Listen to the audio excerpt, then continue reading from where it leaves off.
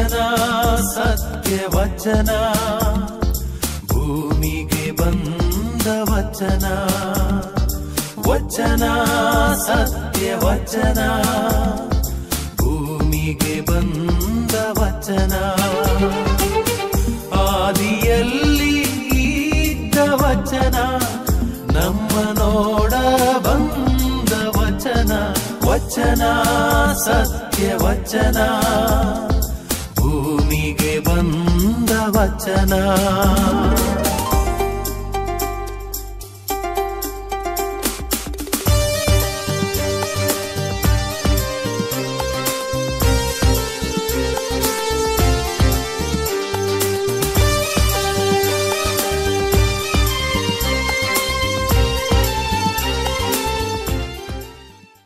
ಪ್ರಿಯರೇ, ವಚನಾಮೃತ ಕಾರ್ಯಕ್ರಮಕ್ಕೆ ನಿಮ್ಮೆಲ್ಲರನ್ನು ಸ್ವಾಗತಿಸುತ್ತೇನೆ.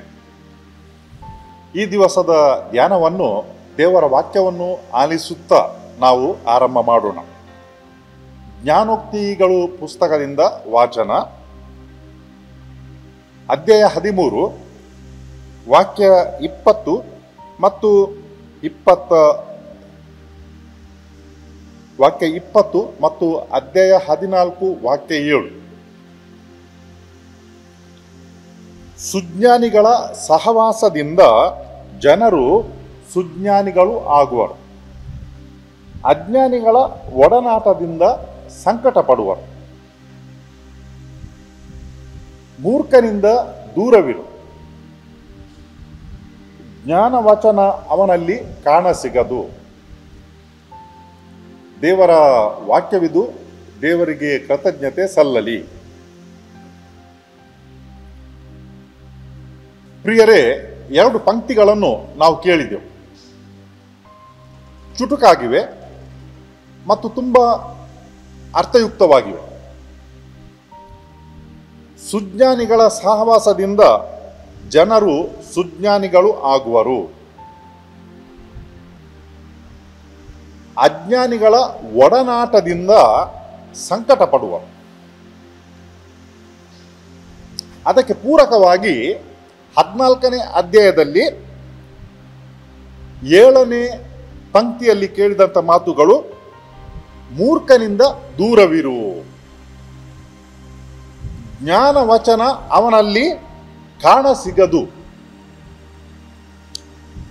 ಇವತ್ತು ದೇವರ ಈ ವಾಕ್ಯದ ಮೇಲೆ ನಾವು ಧ್ಯಾನವನ್ನು ಮಾಡೋಣ. ಸುಜ್ಞಾನಿಗಳು ಅವರ ಸಹವಾಸದಿಂದ ಜನರು ಜ್ಞಾನಿಗಳು ಆಗುವರು. ಒಂದು ಹೇಳಿಕೆ ಉಂಟು, ನೀವದನ್ನು ಕೇಳಿರಬಹುದು. ಸಾಮಾನ್ಯ ಹೇಳಿಕೆ. ಅದೇನಂತ ಹೇಳಿದರೆ, ನಿನ್ನ ಮಿತ್ರರು ಯಾರಂತ ನೀನು ನನಗೆ ಹೇಳು, ಆಗ ನೀನು ಯಾರಂತ ನಾನು ಹೇಳುವೆನು ಅಂತ ಹೇಳಿಕೊಂಡು. ನಾವು ಮನುಷ್ಯರನ್ನು ಅರಿತುಕೊಳ್ಬೇಕಾಗಿದ್ದರೆ ಅವರು ಯಾರ ಸಂಗಡ ಬೆರೆತು ಇರ್ತಾರೆ, ಅವರ ಸಹವಾಸ ಯಾರ ಹತ್ತಿರ ಅಂತ ನಮಗೆ ತಿಳಿದರೆ ಆ ವ್ಯಕ್ತಿಯ ಪರಿಚಯವನ್ನು ನಾವು ಮಾಡಿಕೊಳ್ಳಲಿಕ್ಕೆ ತುಂಬ ಸುಲಭ ಆಗ್ತದೆ. ಕೆಲವೊಂದು ಅಪವಾದಗಳು ಇವೆ, ಆದರೆ ಸಾಮಾನ್ಯವಾಗಿ ನಾವು ಇಂಥ ಒಂದು ಸಹವಾಸದಿಂದ ತಿಳಿದುಕೊಳ್ಬಹುದು. ಕೆಲವೊಂದು ಸರಿ ನಾವು ಮಕ್ಕಳಲ್ಲಿ ಇದನ್ನು ಗಮನಿಸುತ್ತೇವೆ, ಎಲ್ಲರಲ್ಲಿ ಉಂಟು, ಮಕ್ಕಳಲ್ಲಿ. ಅದು ಎಲ್ಲಿ ಕಾಣಲಿಕ್ಕೆ ಸಿಗ್ತದಂತ ಹೇಳಿದರೆ, ಮಕ್ಕಳು ಚಿಕ್ಕವರಿರುವಾಗ ತುಂಬ ಮುಗ್ಧರಿರ್ತಾರೆ. ಅವರಿಗೆ ಕಪಟತನ ಏನು, ಸುಳ್ಳು ಹೇಳುವುದಂತಾರೆ ಏನು, ಇತರ ಬಗ್ಗೆ ಅಸೂಯೆ ಪಡುವುದು, ಏನಾದರೂ ಒಂದು ಚಿಕ್ಕ ತಿಂಡಿ ತಿನಿಸಿಗಾಗಿ ಏನೋ ಇತರರಲ್ಲಿ ಸ್ವಲ್ಪ ಕಿರಿಚಾಟ ಮಾಡ್ಬೋದು. ಆದರೆ ಈ ಕುಹಕತನ, ಕಪಟತನ ಅವರ ಮನಸ್ಸಿನಲ್ಲಿ ಮತ್ತು ಹೃದಯದಲ್ಲಿ ಇರುವುದಿಲ್ಲ. ಅಂತಹ ಮುಗ್ಧ ಮಕ್ಕಳು ಅವರು ಬೆಳೆಯುತ್ತಾ ಬರುತ್ತಿರುವಾಗ ಕೆಲವರಲ್ಲಿ, ಎಲ್ಲರಲ್ಲಂತ ಹೇಳಲಿಕ್ಕೆ ಆಗಲ್ಲ, ಕೆಲವೊಂದು ಅಭ್ಯಾಸಗಳನ್ನು, ಕೆಲವೊಂದು ಚಟಗಳನ್ನು ಹೆತ್ತವರಿರಬಹುದು ಅಥವಾ ಅವರನ್ನು ನೋಡುತ್ತಿರುವಂಥ ಜನರು ಗಮನಿಸುತ್ತಾರೆ ಇರಬಹುದು. ಸತ್ಯವನ್ನು ಅಡಗಿಸಿಟ್ಟು ತಾನು ಸತ್ಯವಂತ ಅಂತ ತೋರ್ಪಡಿಸುವಂಥದ್ದು, ಸುಳ್ಳು ಹೇಳುವಂಥದ್ದು ಅಥವಾ ಕೆಲವು ದುಶ್ಚಟಗಳು ಅವರಲ್ಲಿ ನೋಡ್ಲಿಕ್ಕೆ ಸಿಗ್ತವೆ.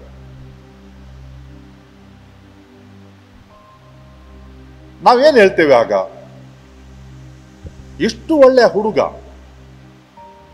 ಅಥವಾ ಇಷ್ಟು ಮುಗ್ಧತೆ ಉಳ್ಳಂತಹ ಈ ಹುಡುಗಿ ಈಗ ಏನಾಯ್ತು? ಯಾಕಾಗಿ ಈ ಬದಲಾವಣೆ?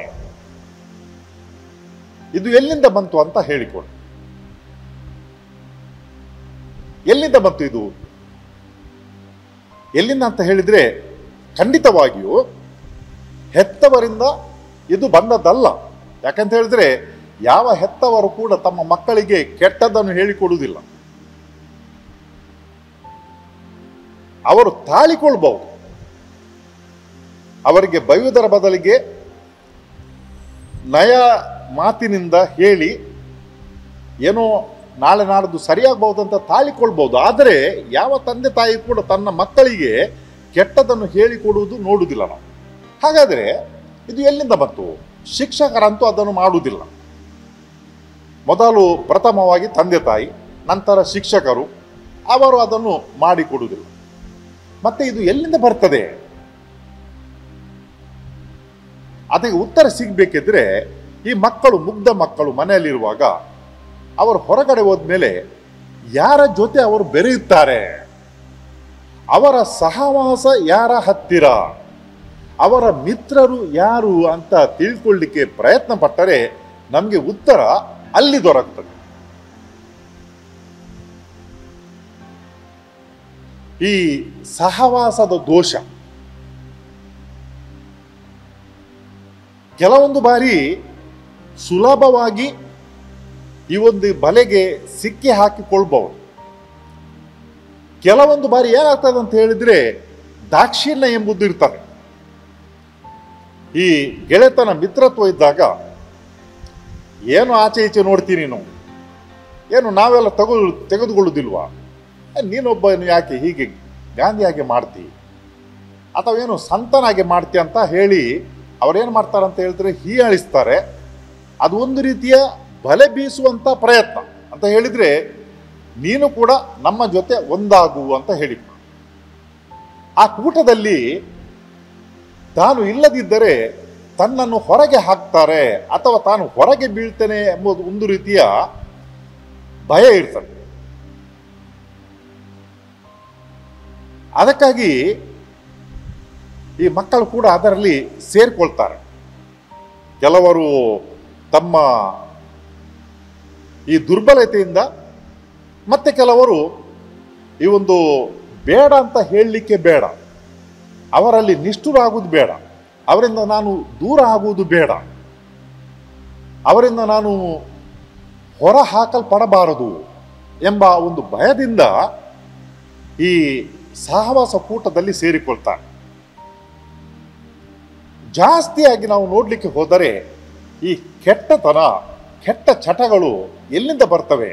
ಎಲ್ಲರೂ ಕೂಡ ಪ್ರಪಂಚದಲ್ಲಿ ಹುಟ್ಟುವಾಗ ಎಲ್ಲರೂ ಕೂಡ ಮುಗ್ಧರಾಗಿರ್ತಾರೆ. ಎಲ್ಲರೂ ಕೂಡ ಯಾರ ಹತ್ರ ಕೂಡ ಕಪಟತನ ಎಂಬುದಿಲ್ಲ, ಮುಗ್ಧತೆ ಎಲ್ಲರೂ ಇಷ್ಟಪಡ್ತಾರೆ ಮುಗ್ಧತೆಯನ್ನು. ಕ್ರಮೇಣ ನಾವು ಇತರರೊಂದಿಗೆ ಬೆರೆತುಕೊಳ್ಳುವಾಗ, ಇತರ ಸಹವಾಸದಲ್ಲಿ ಜೀವಿಸುವಾಗ ಒಂದೊಂದೇ ಬರ್ತವೆ ಒಳಕ್ಕೆ, ತಿಳಿದೋ ತಿಳಿಯದೆಯೋ. ಒಂದು ಸಲ ಆ ಅಭ್ಯಾಸಗಳು, ಒಂದು ಸಲ ಚಟಗಳು ನಮ್ಮ ಒಳಗೆ ಸೇರಿಬಿಟ್ರೆ ಮತ್ತೆ ಅದನ್ನು ತೆಗೆಯಲಿಕ್ಕೆ ತುಂಬ ಕಷ್ಟ. Weight loss. ನಮ್ಮ ಮಿತ್ರರೊಬ್ಬರಿದ್ದರು, ತುಂಬ ಕ್ಷೀಣ ಅವರು. ಎಲ್ಲರೂ ಕೂಡ ಹೇಳ್ತಿದ್ದರು, ಇವನು ಊಟ ಮಾಡಿದ್ದು ಅವನ ದೇಹಕ್ಕೆ ಶರೀರಕ್ಕೆ ಅದು ಹಚ್ಚಿಕೊಳ್ಳುವುದಿಲ್ಲ ಅಂತ ಹೇಳಿಕೊಂಡು ಏನೋ ಒಂದು ಟ್ರೀಟ್ಮೆಂಟಿಗೆ ಹೋದರು. ಅಲ್ಲಿ ವೈದ್ಯರು ಒಂದು ಚಿಕಿತ್ಸೆಯನ್ನು ಪ್ರಿಸ್ಕ್ರೈಬ್ ಮಾಡಿದರು, ಹೇಳಿಕೊಟ್ರು. ಅಲ್ಲಿಂದ ಶುರುವಾಯಿತು ಬದಲಾವಣೆ. ಈ ಕಡ್ಡಿ ಅಂತಿದ್ದ ಮನುಷ್ಯ ದಪ್ಪನೆ ಬೆಳೆಯಲಿಕ್ಕೆ ಆರಂಭ ಆದ. ಎಷ್ಟು ಖುಷಿ, ಎಷ್ಟೊಂದು ಖುಷಿ. ನಾನು ಕೂಡ ದಪ್ಪ ಆದೇನಂತ ಹೇಳಿ ಆತನನ್ನು ಅಡ್ವೈಸ್ ಮಾಡಿದಂಥ ಗುರು, ನೀನು ಹೀಗೆ ಹೋಗಿ ಡಾಕ್ಟರ್ ಹತ್ರ ಭೇಟಿ ಮಾಡು, ವೈದ್ಯರ ಹತ್ರ, ಅವರು ಏನು ಹೇಳ್ತಾರಂತ ನೋಡು ಅಂತ ಹೇಳಿದವರು ಒಂದು ಸಲ ಆತನಿಗೆ ಹೇಳಿದರು, ನೋಡು ನಾನು ನಿನಗೆ ಮಾರ್ಗದರ್ಶನ ನೀಡಿದ್ದೆ ಹೌದು, ಆದರೆ ನೀನು ಈಗ ತುಂಬ ದಪ್ಪ ಆಗಿದ್ಯಾ, ಯಾಕಾಗಿ ನೀನು ಈಗ ನಿಲ್ಲಿಸುವುದಿಲ್ಲ ದಪ್ಪ ಆಗುವುದು, ಪ್ರಯತ್ನ ಪಡುವುದಿಲ್ಲ ಅಂತ ಹೇಳಿಕೊಂಡು. ಆದರೆ ಆ ಮನುಷ್ಯನಿಗೆ ಈ ದಪ್ಪ ಆಗಬೇಕಂತ ಆಸೆ ಅಷ್ಟೊಂದಿತ್ತು, ಆತನು ಯಾವತ್ತೂ ಕೂಡ ರಿವರ್ಸ್ ಗೇರಿಗೆ ಹೋಗ್ಲಿಕ್ಕೆ ಅಂತ ಹೇಳಿದರೆ ಆ ತೂಕವನ್ನು ಅಥವಾ ದಪ್ಪತನವನ್ನು ನಿಯಂತ್ರಣದಲ್ಲಿ ಇಡಲಿಕ್ಕೆ ಯಾವತ್ತೂ ಕೂಡ ಆಲೋಚನೆ ಮಾಡಲಿಲ್ಲ. ಅದರ ಬದಲಾಗಿ ಸಂತೋಷ ಪಡು. ಆ ಒಂದು ಕೀಳರಿಮೆ ಚಿಕ್ಕವನಿರುವಾಗ ಎಷ್ಟು ಇತ್ತು, ನಾನು ಕ್ಷೀಣ, ನಾನು ತೆಳ್ಳಗೆ, ನನಗೆ ಮಾಂಸಖಂಡಗಳಿಲ್ಲ ಅಂತ ಹೇಳಿದಂಥ ಒಂದು ಈ ಮನಸ್ಸಿನಲ್ಲಿ ಎಷ್ಟು ಬೇರೂರ್ತಂತೆ ಹೇಳಿದರೆ ಅದರಿಂದ ಹೊರಗಡೆ ಬರಲಿಕ್ಕೆ ತುಂಬ ಕಷ್ಟ. ಇದು ನಮ್ಮ ಸುತ್ತಮುತ್ತಲು ನಾವು ನೋಡ್ತೇವೆ. ಇದು ಒಂದು ರೀತಿಯದ್ದು, ಇದು ಅಪವಾದ, ಎಕ್ಸೆಪ್ಷನ್. ಸಾಮಾನ್ಯವಾಗಿ ಏನು ಮಾಡ್ತಾರೆ ಅಂತ ಹೇಳಿದ್ರೆ ತೂಕ ಕಡಿಮೆ ಮಾಡಲಿಕ್ಕೆ ಪ್ರಯತ್ನ ಪಡ್ತಾರೆ. ನಿಧಾನಕ್ಕೆ ಈ ತೂಕ ಹೆಚ್ಚಾಗಿ ಬರ್ತದೆ, ಮತ್ತೆ ಏನೋ ಒಂದು ಮನಸ್ಸಿನ ಒಳಗೆ ಹೋಗ್ತದೆ, ತೂಕ ಸರಿ ಇಲ್ಲ ಅಂತ ಹೇಳಿಕೊಂಡು ಕಡಿಮೆ ಮಾಡಬೇಕಂತ. ಚಿಕಿತ್ಸೆಗೆ ಹೋದಾಗ ಅಲ್ಲಿ ಹೇಳ್ತಾರೆ ತೂಕ ಕಡಿಮೆ ಮಾಡಿ ಅಂತ ಹೇಳಿಕೊಂಡು. ಯಾವ ಗತಿಯಲ್ಲಿ ಈ ತೂಕ ಹೆಚ್ಚಾಯಿತೋ ಅದೇ ಗತಿಯಲ್ಲಿ ಅದು ಹಿಂದಕ್ಕೆ ಬರಲ್ಲ. ತುಂಬಾ ಶ್ರಮ ಪಡಬೇಕು. ಮುಂದಕ್ಕೆ ತೂಕ ಹೆಚ್ಚುತ್ತಾ ಹೋಗುವುದು ಸುಲಭ, ಅದರ ತೂಕವನ್ನು ಕಡಿಮೆ ಮಾಡುವುದು ತುಂಬಾ ಕಷ್ಟ. ಅದೇ ರೀತಿ ಮನುಷ್ಯನ್ ಹುಟ್ಟುವಾಗ ಮುಗ್ಧತನ ಇರ್ತದೆ, ಅದರ ಬೆಳೀತಾ ಬರುವಾಗ ಈ ಕೆಟ್ಟತನ ಯಾವ ರೀತಿ ಒಳಗೆ ಸೇರಿಕೊಳ್ತದೋ ಅದನ್ನು ಹೊರಕ್ಕೆ ಹಾಕಲಿಕ್ಕೆ ತುಂಬ ಕಷ್ಟ, ತುಂಬ ಕಷ್ಟ. ನೀವು ನೋಡಿ, ಒಂದು ಇರಬಹುದು ಕುಡುಕತನದ ಚಟ, ಸೇದುವಿಕೆಯ ಚಟ, ಅಥವಾ ಡ್ರಗ್ಸ್ ತೆಗೆದುಕೊಳ್ಳುವಂಥ ಚಟ. ಎಷ್ಟೊಂದು ಸುಲಭವಾಗಿ ಅದರಲ್ಲಿ ಸಿಕ್ಕಿ ಹಾಕೊಳ್ತಾರೆ ನೋಡಿ, ತಿಳಿಯುವುದೇ ಇಲ್ಲ. ಇದು ಚಟ ಬೆಳೆದು ಹೋಯ್ತಂತ ತಿಳಿಯುವುದೇ ಇಲ್ಲ. ಯಾವಾಗ ತಿಳಿತದೆ ಅಂತ ಹೇಳಿದ್ರೆ ಒಂದು ಹಂತಕ್ಕೆ ತಲುಪಿ ಎಲ್ಲರಿಗೆ ತಿಳಿಯುವಾಗ, ಏನಂತ ಹೇಳಿದ್ರೆ ಈ ವ್ಯಕ್ತಿ ಚಟಕ್ಕೆ ಒಳಗಾಗಿದ್ದಾನೆ, ಕೆಟ್ಟದಾಗಿದೆ ಅಂತ ತಿಳಿದಾಗ ನಂತರ ಸಮಯ ಮೀರಿ ಹೋಗ್ತದೆ. ಅಲ್ಲಿಂದ ರಿವರ್ಸ್ಗೆ ಹಿಂದಕ್ಕೆ ಬರಲಿಕ್ಕೆ ಎಷ್ಟು ಕಷ್ಟ ನೋಡಿ, ತುಂಬ ಕಷ್ಟ, ಬರಲಿಕ್ಕೆ ಆಗಲ್ಲ, ಅಸಾಧ್ಯವೆನಿಸುತ್ತದೆ. ಆದರೆ ದೇವರಿಗೆ ಎಲ್ಲವೂ ಸಾಧ್ಯ ಪ್ರಿಯ. ಹಾಗೆ ಈ ವಾಚನದಲ್ಲಿ ನಾವು ಏನು ನೋಡ್ತೇವೆ ಅಂತ ಹೇಳಿದ್ರೆ, ಸುಜ್ಞಾನಿಗಳ ಸಹವಾಸದಿಂದ ಜನರು ಸುಜ್ಞಾನಿಗಳು ಆಗುವರು. ಸಹವಾಸದಿಂದ ನಾವು ಯಾರ ಜೊತೆ ಬೆರೆತು ಇರ್ತೇವೆ, ನಾವು ಯಾರ ಸಹವಾಸದಲ್ಲಿ ಜೀವಿಸಿರ್ತೇವೆ. ಜ್ಞಾನಿಗಳ ಜೊತೆಯಲ್ಲಿದ್ದರೆ ಅವರು ಮಾತನಾಡುವುದು ಜ್ಞಾನವನ್ನು, ಅವರ ಚರ್ಚೆ ಕೂಡ ಅದರ ಸುತ್ತನೇ ಇರ್ತದೆ. ಅದಕ್ಕಾಗಿ ಅವರ ಹತ್ರ ಮಾತನಾಡುವಾಗ ನಮ್ಮ ಜ್ಞಾನ ಕೂಡ ಹೆಚ್ಚಾಗ್ತದೆ, ಜಾಸ್ತಿ ಆಗ್ತದೆ. ಒಂದು ವೇಳೆ ಅದರ ಬದಲಾಗಿ ನಾವು ಈ ಗಾಳಿ ಮಾತುಗಳು, ಉಪಕಾರಕ್ಕೆ ಬರದಂಥ ಗಾಳಿ ಮಾತುಗಳು ಯಾರು ಮಾತಾಡ್ತಾರೆ, ಹರಟೆ ಹೊಡೆಯುವುದು, ಇತರರ ಬಗ್ಗೆ ಯಾವಾಗಲೂ ಮಾತನಾಡುತ್ತಾ ಸಮಯ ಕಳೆಯುವುದು, ಕಾಲೆಳೆಯುವುದು ಅಥವಾ ಟೀಕೆ ಮಾಡುವುದು, ಅಂಥವರ ಹತ್ರ ಕೂತು ಮಾತನಾಡಲಿಕ್ಕೆ ಮಜಾ ಬರ್ತದೆ. ಆದರೆ ದುರಾದೃಷ್ಟ ಏನಂತ ಹೇಳಿದ್ರೆ, ಅವರ ಹತ್ರ ನಾವು ಸೇರಿಕೊಂಡಾಗ ನಾವೇನು ಮಾತನಾಡ್ತೇವೆ, ನಾವು ಕೂಡ ಅದನ್ನೇ ಮಾತನಾಡುವುದು. ಅವರು ಎರಡು ಮಾತನಾಡುವಾಗ ಎಲ್ಲಿಯಾದರೂ ನಾವು ಒಂದನ್ನು ಸೇರಿಸ್ತೇವೆ, ತಿಳಿದೋ ತಿಳಿಯದೇನೋ ಅಲ್ಲಿಂದ ಹೊರಗೆ ಬರುವಾಗ ನಾವು ನಮ್ಮದನ್ನು ಬಿಟ್ಟು ಇತರ ಬಗ್ಗೆ ಎಷ್ಟು ಮಾತನಾಡುತ್ತೇವೆ. ಆ ಸಹವಾಸದಲ್ಲಿರುವಂತಹ ಜನರ ಬಗ್ಗೆ ಮಾತನಾಡುವುದನ್ನು ಬಿಟ್ಟು ಇತರೆಲ್ಲರ ಬಗ್ಗೆ ಮಾತನಾಡುತ್ತೇವೆ. ಏನಾಗ್ತದೆ ಪ್ರಿಯರೇ? ನಾವು ಹೀಗೆ ಮಾಡಿದರೆ ಇವತ್ತು ನಾವು ಕೂತ್ಕೊಂಡು ಇತರ ಬಗ್ಗೆ ಮಾತನಾಡಿದೆವು, ಇನ್ನೂ ಯಾರು ನಮ್ಮ ಬಗ್ಗೆ ಮಾತನಾಡ್ತಾರೆ ಅದೇ ಪ್ರಕಾರ. ಆಗ ಹೇಗೆ ಅನ್ನಿಸ್ತದೆ? ಎಲ್ಲಿಯಾದರೂ ನಮ್ಮ ಕಿವಿಗೆ ಅದು ಬಂದು ಬಿದ್ದರೆ ಆಗ ನಮಗೆ ಏನು ಅನ್ನಿಸ್ತದೆ? ಖಂಡಿತವಾಗಿ ಹಿತ ಆಗುವುದಿಲ್ಲ, ಖಂಡಿತವಾಗಿ ಆಗುವುದಿಲ್ಲ. ಯಾರಿಗೆ ಬೇಕು ನಮ್ಮ ಬಗ್ಗೆ ಇತರರು ಕೆಟ್ಟದನ್ನು ಮಾತನಾಡುವುದು? ಅದಕ್ಕಾಗಿ ಯೇಸು ಸ್ವಾಮಿ ಹೇಳ್ತಾರೆ, ನೀವು ಇತರರಿಂದ ಏನನ್ನು ಬಯಸ್ತೀರೋ ಅದನ್ನೇ ನೀವು ಇತರರಿಗೆ ಮಾಡಿ ಅಂತ ಹೇಳಿಕೊಂಡು. ಆದ್ದರಿಂದ ಈ ವಾಕ್ಯ ನೋಡಿ ಎಷ್ಟೊಂದು ಅರ್ಥಪೂರ್ಣವಾಗಿದೆ. ಸುಜ್ಞಾನಿಗಳ ಜೊತೆಯಲ್ಲಿದ್ದರೆ ನೀವು ಕೂಡ ಉನ್ನತ ಮಟ್ಟದ ಚರ್ಚೆಯನ್ನು ಮಾಡ್ತೀರಿ, ಅವರ ಬಾಯಿಂದ ಸುಜ್ಞಾನ ಮಾತುಗಳನ್ನು ಕೇಳ್ತೀರಿ, ಅದರಲ್ಲೇ ಬೆಳೆಯುತ್ತೀರಿ, ನೀವು ಕೂಡ ಸುಜ್ಞಾನಿಗಳು ಆಗ್ತೀರಿ. ಎಷ್ಟೊಂದು ಅರ್ಥಪೂರ್ಣವಾದಂಥ ಮಾತು. ಅಜ್ಞಾನಿಗಳ ಒಡನಾಟದಿಂದ ಸಂಕಟವಾಗುವುದು ಯಾವತ್ತೂ ಕೂಡ ಒಳ್ಳೆಯದಾಗಲ್ಲ. ಯಾಕಂತ ಹೇಳಿದ್ರೆ ಚಿಂತನೆ ಮತ್ತು ಮಾತು ಎಲ್ಲವೂ ಕೂಡ ಈ ಕೆಟ್ಟದೇ ಇರುವುದು. ಎಲ್ಲಿಂದ ಒಳ್ಳೆಯದು ಬರುವುದಲ್ಲಿ? ನಾವು ಒಂದು ಮರದ ಬುಡದಲ್ಲಿ ಕುಳಿತುಕೊಂಡು ಅಂತ ಹೇಳಿದ್ರೆ ತಿನ್ನಲಿಕ್ಕೆ ಆಗದಂತಹ ಫಲಗಳು, ಅಂತಹ ಮರದ ಬುಡದಲ್ಲಿ ಕುಳಿತುಕೊಂಡು ಹೊಟ್ಟೆ ಹಸಿವಿಗಾಗಿ ತಿನ್ನಲಿಕ್ಕೆ ಒಂದು ಒಳ್ಳೆಯ ಹಣ್ಣು ಸಿಗಲಿ ಅಂತ ಬಯಸಿದರೆ ಹೇಗೆ ತಾನೇ ಅದು ಸಿಗುವುದು? ಖಂಡಿತವಾಗಿಯೂ ಬರಲ್ಲ ಅದು. ನಾವು ಎಲ್ಲಿ ಕುಳಿತುಕೊಂಡಿದ್ದೇವೆ? ಯಾವ ಮರದ ಬುಡದಲ್ಲಿ ಕುಳಿತುಕೊಂಡಿದ್ದೇವೆ?